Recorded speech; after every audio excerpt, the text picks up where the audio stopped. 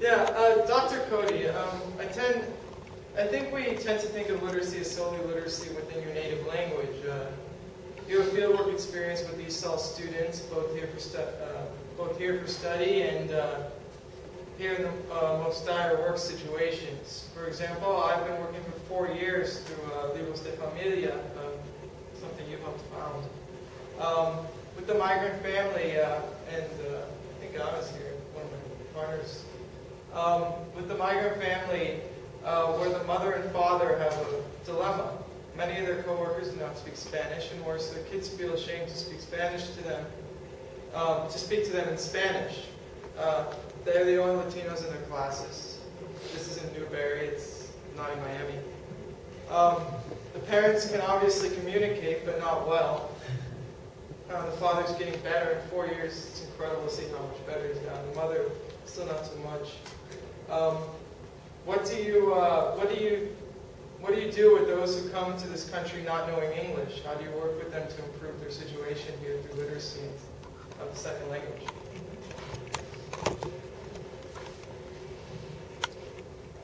Thank you, John. And it's so wonderful that that project, Literacy Familia, continues to grow and has had a lot of students that have been volunteers. It's a very good example of how, in fact, the research study, the bit that I mentioned, actually fostered or sort of was a brainstorm for this literacy project because of the gap between homeschool literacies. The kind of literacies were different and incongruous. So the idea behind the project was to foster literacy development for immigrant migrant children in the homes by bringing in print materials so that they would have access to books. But that was one part of the project. It actually has 2 more dimensions to it. The first dimension of the project, Literacy Familia, was to really foster biliteracy development among children. Why biliteracy development? Well, we know that the population of kids had a strong oral language proficiency principally in Spanish.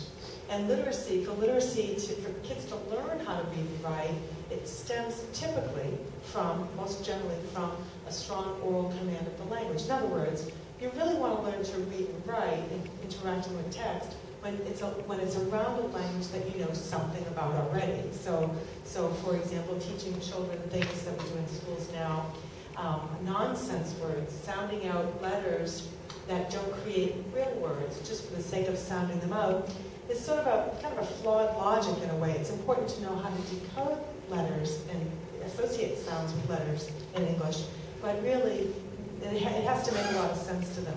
So one of the things behind the project was to foster the sense of biliteracy development so kids could learn to read and write or see text as well in a language that they already know, in Spanish. So for the young children that are in homes, one of the things we always do is to bring in bilingual books. So it's very interesting to see that we did some research on children, on preschoolers, that after being part of the project for about a year, we could see their ability to learn certain kinds of literacy skills, like there's sound symbol correspondence and there's a direction of print.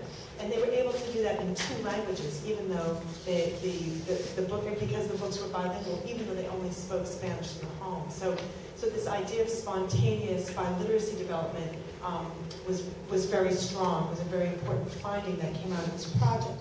But the other part of the project that Literacy Familia, as an example, that helped foster literacy development was exactly, kind of tags along with what Dr. Burns was noting, that we had students bring bilingual books into the homes of families and read to them once a week and leave the books in the home. And so the books got used by multiple people over the course of a week, and the following week the students would go back and change the books out and so on. One of the things we found, especially with the preschoolers, but with the elementary grade children, is that they would wait at the door for the students to come from UF and bring books to their home. In other words, they could not wait to interact with somebody else who was willing to spend time with them and foster a relationship with them. That was a person who was curious about who they are in the world and who they could become. And so I found that not only is the project helpful as an example to think about literacy development in English, which in the United States and an English-only state like Florida is typically what the goal is that kids can learn to read and write in English.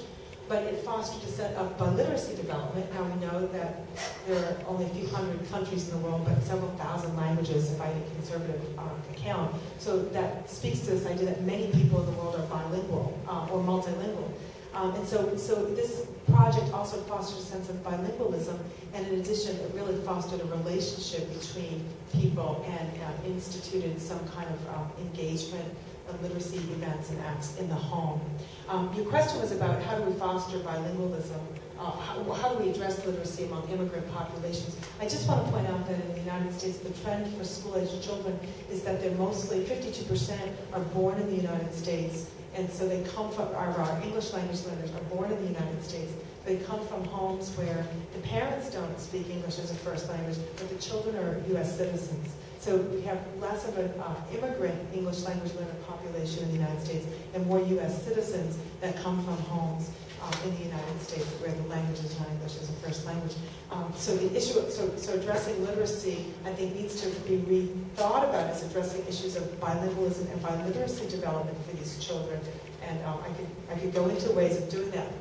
Grassroots projects like Libros en Familia that bring books and have trained people working with children in the home also help to close the congruency or the incongruence between the literacy practices in the home that are rich resources for children and what schools are expecting children to do.